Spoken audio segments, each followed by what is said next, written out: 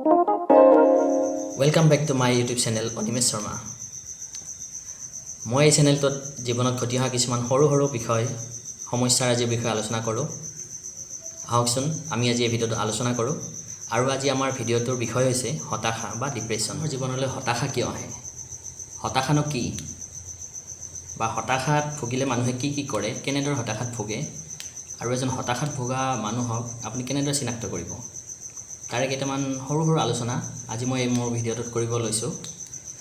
আৰু আপোনালোকৰ যদি চেনেলটো নতুনকৈ আহিছে তেন্তে আপুনি চেনেলটো ছাবস্ক্ৰাইব কৰি লওক, লগতে সাইডত থকা নটিফিকেশ্যন বেলটো আপুনি টিপি দিয়ক যাতে নতুন নতুন ভিডিঅ'ৰ আপডেটসমূহ আপুনি পাই বিভিন্ন কাৰণত ভুগিব পাৰে। তাৰে ভিতৰত কেইটামান কাৰণ মই কৈছোঁ। এতিয়া ধৰক অতীতত কৰি অহা কিছুমান ভুলৰ কথা চিন্তা কৰি এজন মানুহে বৰ্তমানত মন কৰিব দেই, বৰ্তমানত অতীতত কৰি অহা ভুলৰ কিছুমান কথা চিন্তা কৰি ডিপ্ৰেশ্যনত ভুগে বা হতাশাত ভুগে যে মই এইটো কিয় কৰিছিলোঁ আৰু সেই ভুলটোৰ বাবে মোৰ আজি এই অৱস্থা হ'ল বা এনেকুৱা হ'ল, সেইটো এটা কাৰণ। তাৰপিছতে হ'ব নিজকে মানে মই আন এজনৰ লগত তুলনা কৰিলোঁ, কোনো এজন সফল ব্যক্তিৰ লগত মই তুলনা কৰিলোঁ। মোৰ বন্ধু হ'ব পাৰে, সম্পৰ্কীয় হ'ব পাৰে, বা কোনোবা চিনাকি হ'ব পাৰে, বা অভিনেতা অভিনেত্ৰী চেলিব্ৰিটি হ'ব পাৰে। তেওঁলোকৰ লগত নিজকে তুলনা কৰিলে মানুহজনে ডিপ্ৰেশ্যনত ভুগে। আৰু তুলনা কেতিয়া কৰে? যেতিয়া তেওঁ অকলশৰে থাকিব বা জীৱনত সফল নহয়, তেনেকুৱা অৱস্থাত তেওঁ আন এজনৰ লগত তুলনা কৰিব নিজকে, আৰু তেতিয়া মানুহজন মানসিকভাৱে ডিপ্ৰেশ্যনত ভুগি যায়। হতাশাত ভোগাসকলৰ লগত আমি কেনেকুৱা ব্যৱহাৰ কৰিম, তেওঁলোকক কেনেদৰে মনত শান্তি ঘূৰাই আনিব চেষ্টা কৰিম, তাৰ বিষয়ে মই আলোচনা কৰিছোঁ। বা তেওঁলোকে নিজে কেনেকুৱা পন্থা হাতত ল'ব পাৰে ডিপ্ৰেশ্যনৰ পৰা বাহিৰ হ'বলৈ, আহক মই আলোচনা কৰিছোঁ। এতিয়া প্ৰথমতে মই কৈছিলোঁ অতীতৰ কিছুমান কথা ভুলৰ বাবে বৰ্তমানত ডিপ্ৰেশ্যনত ভুগে। এতিয়া চাওক, প্ৰথম কথা, আপুনি অতীতৰ যি কৰি আহিছিল, যি হৈ গ'ল সেইবোৰ বাদ দিয়ক। বৰ্তমানটোলৈ আপুনি জীয়াই থাকক। বৰ্তমান আপুনি কি কৰি আছে, কেনেদৰে আপোনাৰ ভৱিষ্যত পৰিকল্পনা কেনেকুৱা, আপোনাৰ ভৱিষ্যতে আপুনি কেনেদৰে আগবাঢ়িব জীৱনত, সেইটো চিন্তা কৰক। অতীতত সৰু ভুল এটা, ধৰক যিকোনো এটা ভুল, পঢ়া শুনাৰ ক্ষেত্ৰতে হওক, নিজৰ কৰ্মজীৱনতে হওক, পৰিয়ালৰ লগতে হওক, সেই ভুলবোৰ আপুনি সম্পূৰ্ণ বাদ দিয়ক। দেখিব যেতিয়া আপুনি মনৰ পৰা সম্পূৰ্ণ বাদ দিব পাৰিব, তেতিয়া আপুনি বৰ্তমানটোক জীয়াই তুলিব পাৰিব। আৰু বৰ্তমানটো যেতিয়া জীয়াই তুলিব, বৰ্তমানটোক লৈ আপুনি ভৱিষ্যত পৰিকল্পনা কৰক। এইটো এটা কথা হ'ল যে আপুনি অতীতৰ চিন্তাবোৰ বাদ দিয়ক, বৰ্তমানটোক সজাই পৰাই তোলক ভৱিষ্যতৰ বাবে। এইটো এটা প্ৰধান কাৰণ হ'ব পাৰে আপোনাৰ হতাশাৰ পৰা মুক্ত হ'ব কাৰণে। দ্বিতীয়তে, নিজকে আনৰ লগত তুলনা কৰা বাদ দিয়ক। নিজে যেনেকুৱা যি আছে আপুনি তেনেকুৱাকৈ থাকক। কোনো সফল ব্যক্তি, কোনো সহকৰ্মী, কোনোবা বন্ধু বান্ধৱীৰ লগত নিজকে তুলনা নকৰিব। আপুনি নিজক ভাল পাব শিকক, নিজৰ লগত চলিব শিকক। লগতে আপুনি নিজৰ পৰিয়ালৰ লগত সময় দিয়ক, পৰিয়ালৰ সদস্যসকলৰ লগত মাতবোল কৰক, পৰিয়ালৰ লোকসকলক নিজক বুজক, নিজক তেওঁলোকৰ মাজত বিলাই দিয়ক। তেনেকৈ আপুনি হতাশাৰ পৰা কিছু পৰিমাণে হ'লেও আপুনি মুক্ত হ'ব পাৰিব। লগতে আৰু এটা কৰিব পাৰে, আপুনি জীৱনত একো কৰিব নোৱাৰিলোঁ বুলি কেতিয়াও নাভাবিব। আপুনি ভাবক যে মই জীৱনত বহুতখিনি কৰিব পাৰিম, জীৱনত উন্নতি কৰিব পাৰিম, জীৱনত সফল ব্যক্তি হ'ব পাৰিম।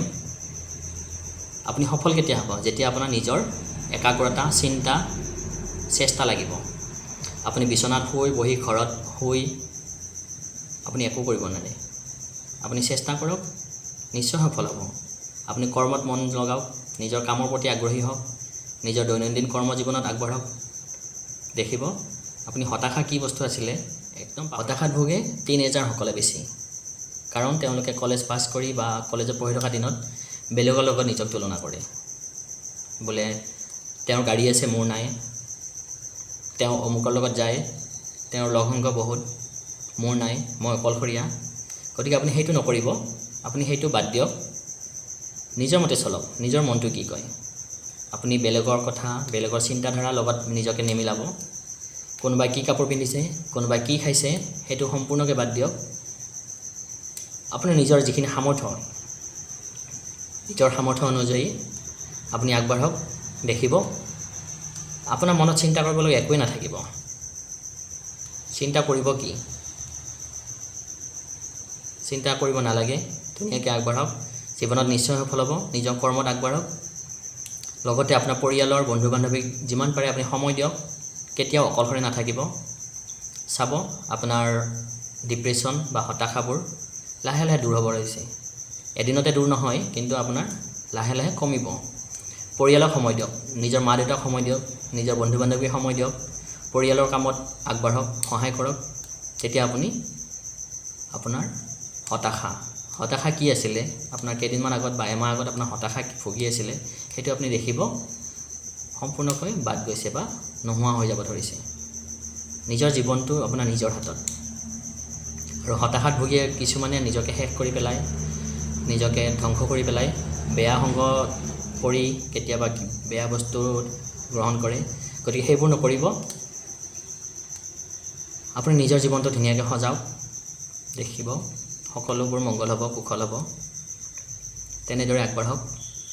আৰু যদিহে তেনেকুৱা এজন ব্যক্তিও মোৰ এই ভিডিঅ'টো চাই অকণমান হ'লেও উপকৃত হোৱা বুলি ভাবোঁ, তেনেহ'লে মই নিশ্চয় ভাবিম যে মোৰ এই ভিডিঅ'টো সাৰ্থক হৈছে।